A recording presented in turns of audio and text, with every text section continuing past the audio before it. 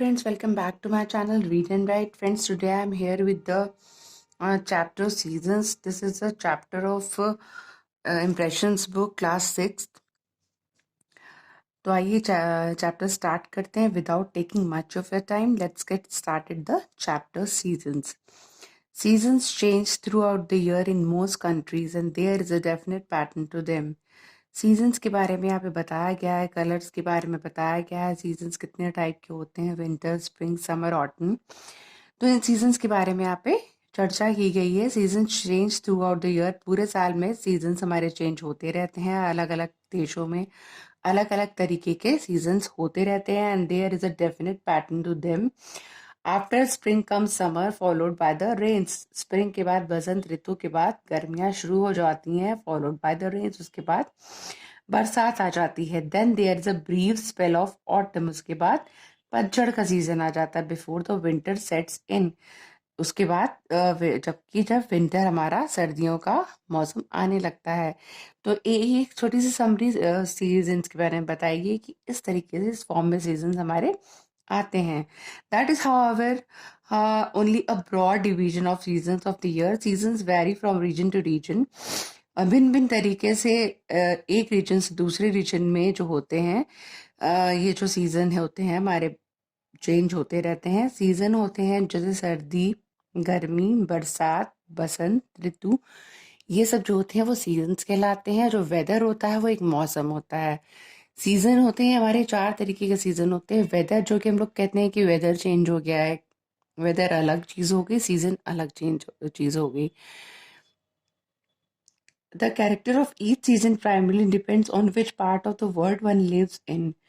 ये डिपेंड करता है कि हम किस पार्ट में रहते हैं, किस वर्ल्ड के किस पार्ट में रहते हैं. ये डिपेंड करता है सीजन, वहाँ का सीजन कैसा है. कि अगर हम अब्रॉड में रहते हैं तो वहाँ पर अगर सर्दी है, अगर हम इंडिया में रहते हैं वहाँ पे गर्मी है. अलग अलग रीजन में अलग अलग तरीके का मौसम होता है. But whatever the seasons are there is a song और poetry on each of them. जो भी सीजन होता है उसके लिए हमारे समाज में एक पोइट्री और गाने बनाए गए हैं. जैसे सावन आता है तो उसके झूले पड़ते हैं तो उनके भी गाने बनाए गए हैं, उनकी कविताएं भी बनाई गई हैं. हर मौसम की, बसंत ऋतु की कविताएं होती हैं. Spring in most countries is a pleasant time. और अधिकतर देशों में जो होता है स्प्रिंग सीजन ही होता है. बहुत ही प्लेजेंट टाइम, बहुत ही खूबसूरत सा समय होता है. बसंत ऋतु ही होता है. After the cold winter the mellow warmth of spring is a welcome thing. Mellow warmth means हो गया हमारा mellow, mild and pleasant. The mellow warmth of spring, pleasant जो होता है सीजन स्प्रिंग का होता है mellow warmth. And mild and pleasant season को कहते हैं mellow. Warmth of spring is a welcome thing, जिसका हम लोग स्वागत करते हैं. Trees grow new leaves and flowers are in full bloom. जो पत्तियां होती हैं पेड़ों की, पौधों की, पेड़ों की, वो नई उगती हैं. पौधे नए तरीके से हरे भरे हो जाते हैं. पत्तियां नई उगती हैं और फूल नए तरीके से खिलते हैं. नए नए अच्छे अच्छे इस मौसम में खिलते हैं स्प्रिंग सीजन में. Here are lines from a poem that describes spring beautifully. Here's spring with green on his wing and blue in his eye. जैसे कि हर मौसम के लिए एक पोइट्री वगैरह होती है, एक सॉन्ग होता है, तो एक ये स्प्रिंग की एक पोयम यहाँ पर दी गई है. बड़ी खूबसूरत सी पोयम है. In warm tropical countries, tropical उष्ण जो होती हैं, उष्ण कटिबंधीय होती हैं जो कंट्रीज होती हैं, देश होते हैं. Summer is a time too much sun. वहां पे बहुत गर्मी होती है. One longs for a cool shade to escape the scorching heat and the blazing sun. वहां पर तो इतना लंबा समय कूल शेड को मतलब होता है कि वहां पे इतनी गर्मी होती है, स्केप करने के लिए, हमको बचने के लिए स्कॉर्चिंग हीट से. स्कॉर्च जो कि शरीर को जलाने वाली, तपाने वाली स्कॉर्चिंग होती है. Extremely hot heat and the blazing sun. Very hot sun. The heat of summer has been described thus. तो समर के लिए क्या पोएम यहाँ पे दी गई हुई है? Noon swoons beneath the heat it made, and flowering within the shade, until the sun slopes in the west. Slope होता है sun का ढलना, सूर्य का ढलना. ये हमारी समर के लिए एक पोएम दी गई है. But in cold countries and in hilly regions, पर्वतीय देशों में समर इज मोस्ट वेलकम. गर्मियों का बहुत अच्छा स्वागत होता है, क्योंकि उन देशों में इतनी सर्दी पड़ती है कि वहाँ के लोग सर्दी से परेशान हो जाते हैं और गर्मियों का बहुत अच्छे से स्वागत करते हैं. तो वहाँ के लिए क्या एक पोइट्री दी गई है. The little bird sits at his door in the sun. धूप की गर्मी में लिटिल बर्ड बैठी है. A tilt like a blossom among the leaves, he sings to the wide world. After the heat of summer, the rains bring relief to warm countries like India. Nature looks fresh and green. बहुत गर्मी के पश्चात जब वहाँ बहुत गर्म देशों में लाइक इंडिया, भारत में जब बारिश होती है तो नेचर बहुत ही खुशनुमा, फ्रेश और हरा भरा हो जाता है. तो उसके लिए how beautiful is the rain after the dust and heat. धूल और गर्मी के बाद जब बारिश का मौसम आता है तो इंडिया में एक खुशनुमा माहौल हो जाता है. However, the rains in cold countries can be quite unpleasant. Cold countries जो सर्दियों में जो जहाँ पे ठंड पड़ती है जिन कंट्रीज में, वहाँ पे जो रेनी सीजन होता है उन लोगों के लिए वहाँ पे अनप्लेजेंट, खुशनुमा नहीं होता है. Although the rainy season is necessary for the growth of crops. उन लोगों के लिए ज़्यादा मायने नहीं रखता है, क्योंकि ठंडा कर देता है और उन लोगों के लिए ऑब्स्टिकल्स उनके रास्ते में आ जाते हैं रेनी सीजन की वजह से. और लेकिन रेनी सीजन इंडिया में क्रॉप्स के लिए बहुत ही ज़रूरी होता है. फसलें कटती हैं. And plants anywhere in the world, जहाँ भी प्लांट्स होते हैं वहाँ के लिए बारिश बहुत ज़रूरी होती है. जहाँ पे खेती होती है वहाँ के लिए बारिश बहुत ज़रूरी होती है, क्योंकि क्रॉप्स, हमारी फसलें कटती हैं, उगती हैं, वो सब बारिश की वजह से ही हो पाती है खेती. ऑटम, बारिश भी उतनी ही ज़रूरी होती है खेती के लिए. Autumn like spring is pleasant everywhere. और ऑटम होता है पतझड़, तो जैसे कि स्प्रिंग ज़रूरी होता है. स्प्रिंग में सब फूल उगते हैं, पत्तियां नई नई आती हैं. तो पतझड़ में क्या होता है, सारे लीव्स होती हैं, शेड करती हैं, गिरती हैं, ताकि उनकी नई नई ग्रोथ हो, फिर से नए नए पत्ते आए, फिर से नए फूल उगें. तो हर चीज़ नेचर के लिए ये ईश्वर ने बनाया है कि सब कुछ ज़रूरी है. अगर नए फूल उग रहे हैं तो वो भी टूट के गिरेंगे, पत्तियां टूट के गिरेंगी और नई पत्तियां वहां पर विकसित होंगी. This season is also called fall and the leaves of many trees change from green to yellow और रेड. हरी पत्तियां येलो और रेड में बदल जाती हैं, पीली पड़ जाती हैं, लाल पड़ जाती हैं, उसके बाद झड़ जाती हैं. The tree shed their leaves. पेड़ अपनी पत्तियां गिरा देते हैं. And there is a nip in the air. Nip in the air. जैसे कि फ्रेंड्स यहाँ पर हमारी मीनिंग्स भी जो कि येलो अंडरलाइंड होती हैं, वो हमारी मीनिंग्स यहाँ पर वर्ड पावर में दी होती हैं. Nip in the air, a slight chill in the air. थोड़ी सी हवा में जब ठंडक आती है तब ऑटम के बाद हमारा मतलब ये साइन होता है विंटर के आने का. हवा में थोड़ी सी चिल, ठंडक आ जाती है कि winters are coming. As the first signs of winter begin to show, it is a time of the harvesting and fruit gathering in most parts of the world. The golden rod is yellow. The corn is turning brown. इसके लिए भी poetry दी गई है. The golden rod जो होती है वो येलो हो जाती है, प्लांट के लिए यहाँ पे बोला जा रहा है. The corn is turning brown. Corns हो गए हैं, जो भुट्टे लगे होते हैं वो ब्राउन हो गए हैं मुरझा करके. The trees in apple orchard. जो सेब के बागान होते हैं, बगीचे होते हैं, trees in apple orchard with fruit are bending down. वो भी झुक गए हैं. While people in tropical countries look forward to the cool winters, tropical उष्ण कटिबंधीय जो कंट्रीज होती हैं वो लोग सर्दियों की तरफ देख रहे होते हैं, सर्दियों के इंतजार कर रहे होते हैं, look forward the cool winters in the hills and the northern countries people start preparing for the freezing and sometimes snowy winters. वो लोग सर्दियों का वेट कर रहे होते हैं। तरह तरह के रीजन्स में जहाँ पे गर्मी होती है वो लोग विंटर्स का वेट कर रहे होते हैं। जिस चीज़ की हमारे पास कमी होती है हम उस चीज़ का इंतजार करते हैं। Every fence and every tree is as white can be. And then spring returns once more with the coming of March and April. March and April में आता है. I have heard a mother bird singing in the rain, telling all her little ones spring has come again. And so the cycle of seasons goes on and on. इस तरीके से seasons की cycle चलती जाती है. Scientists explain the change of seasons in their own way. Scientists जो होते हैं अपने तरीके से seasons को explain करते हैं. They say that seasons change because different parts of the earth receive different amounts of sunlight during the year.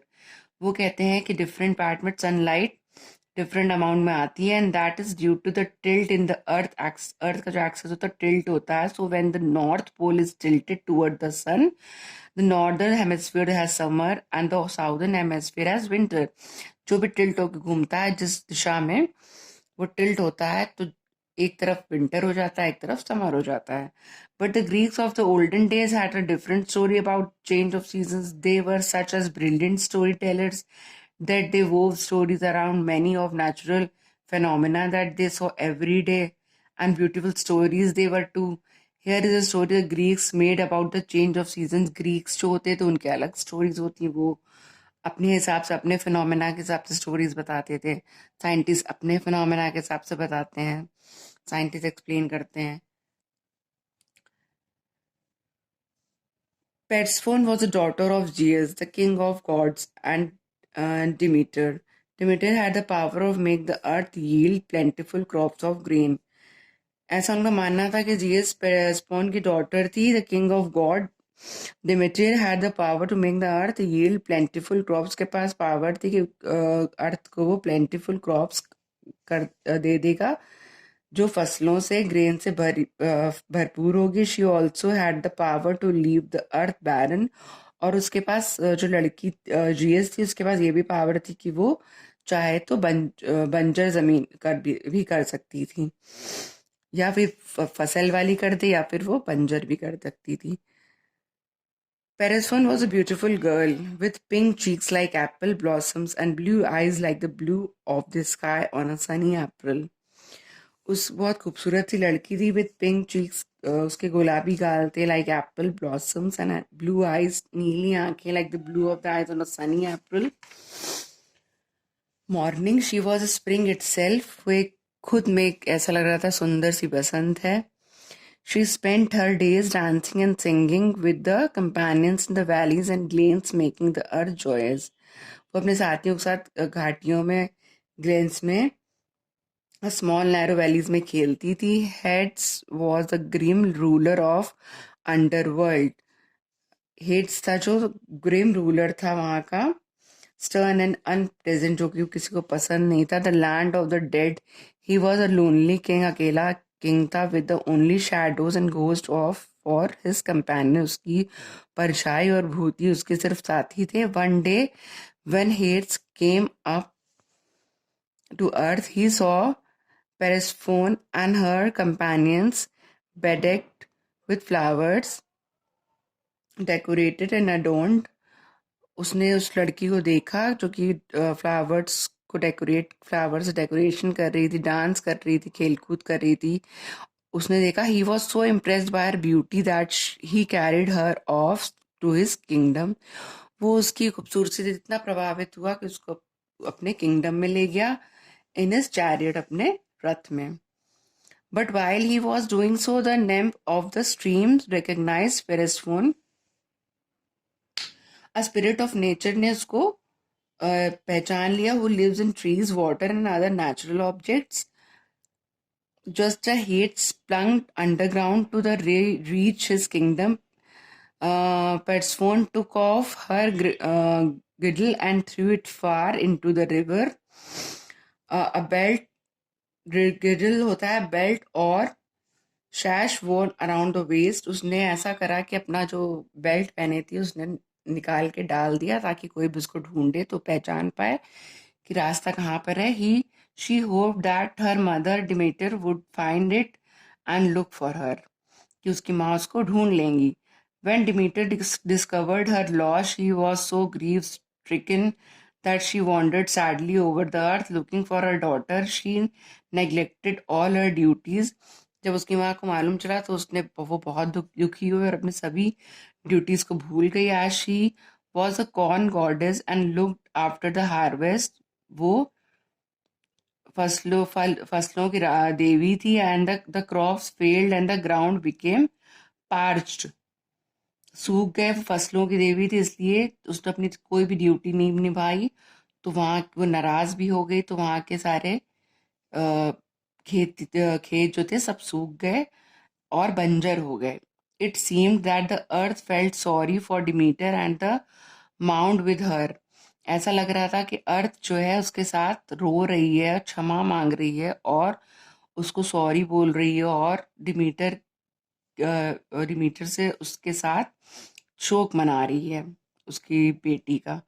Demeter continued her search for Persephone till she came back to the island of Sicily, where she lived. One day, while passing by the stream, she happened to see the girdle of Persephone near the shore.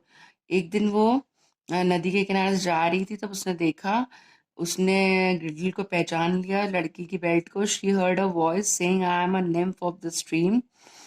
मैं nymph हूँ. I am a spirit of nature who lives in trees, water and other natural objects. nymph होता है I came up from the underworld. There I have seen your daughter sitting beside King Hades, but though she is the queen, she seems unhappy. मैंने आपकी बेटी को देखा है जो कि अब रानी बन चुकी है, लेकिन मुझे वो खुश नजर नहीं आ रही थी. Demeter went to Zeus and asked him to get her daughter back. Demeter Zeus के पास गई, उसने कहा कि मेरी बेटी को वापस लौटाओ. If Persephone came back to her, the earth would once again be fertile and prosperous. अगर ये वापस आएगी तो ये जो धरती है फिर से खुशहाल हो जाएगी, फसल उसकी फिर से ग्रोथ होने लगेगी, फिर से हरी भरी हो जाएगी. Zeus felt sorry for the mother and for the grieving earth. He told Demeter that Persephone could return to her home for a part of the year. साल के बाद उसने कहा कि वो भेजेगा, but she would have to spend the rest with her husband in the underworld. So during those months of the year when Persephone stays with her mother, Demeter is happy. In these months, the trees are covered with blossoms. Demeter जहाँ रह रही थी तो वहाँ पे, जहाँ वो रहती थी वहाँ पे वहाँ की जमीन फर्टाइल हो जाती थी. तो in these months the trees covered with blossoms, the bird sings and the green earth seems to be full of joy. The presence of Persephone on earth brings spring and fine weather, but what happens when Persephone goes down to Hades? During those months Demeter is sad, therefore the earth too is sombre, dull and depressing, full of sorrow. The trees shed their leaves and no flowers bloom. अर्थ जो थी बहुत ही ज़्यादा सूखा पड़ गया था वहाँ पर बिल्कुल. The seeds go to sleep in the bowels of the earth. Nature seems to be full of grief at the absence of the beautiful young queen. अपनी क्वीन के बिना नेचर बिल्कुल उदास था. And looks forward to her arrival on the earth when Demeter will be happy and the earth verdant once more. और जब वहां पर डिमीटर आई है तो अर्थ फिर से एक बार खुशहाल हो गई, फ्रेश एंड ग्रीन हो गई. तो ये थी ग्रीक्स जो थे उनके हिसाब से सीजन्स की कहानी. साइंटिस्ट जो होते हैं उन्होंने एक्सप्लेन करा था अपने हिसाब से सीजन्स को, और सीजन्स की ये कई पोइट्रीज बनाई गई हैं. तो ये था हमारा चैप्टर सीजन्स. हमारा चैप्टर कंप्लीट होता है. अगर आपको अच्छा लगा हो एक्सप्लेनेशन तो लाइक करिएगा, शेयर करिएगा. अगर आप मेरे चैनल पे न्यू हैं तो सब्सक्राइब करिएगा. इसी तरीके से और भी चैप्टर्स के साथ मैं आपको फिर से मिलूंगी. Till then, bye bye. Thanks for watching.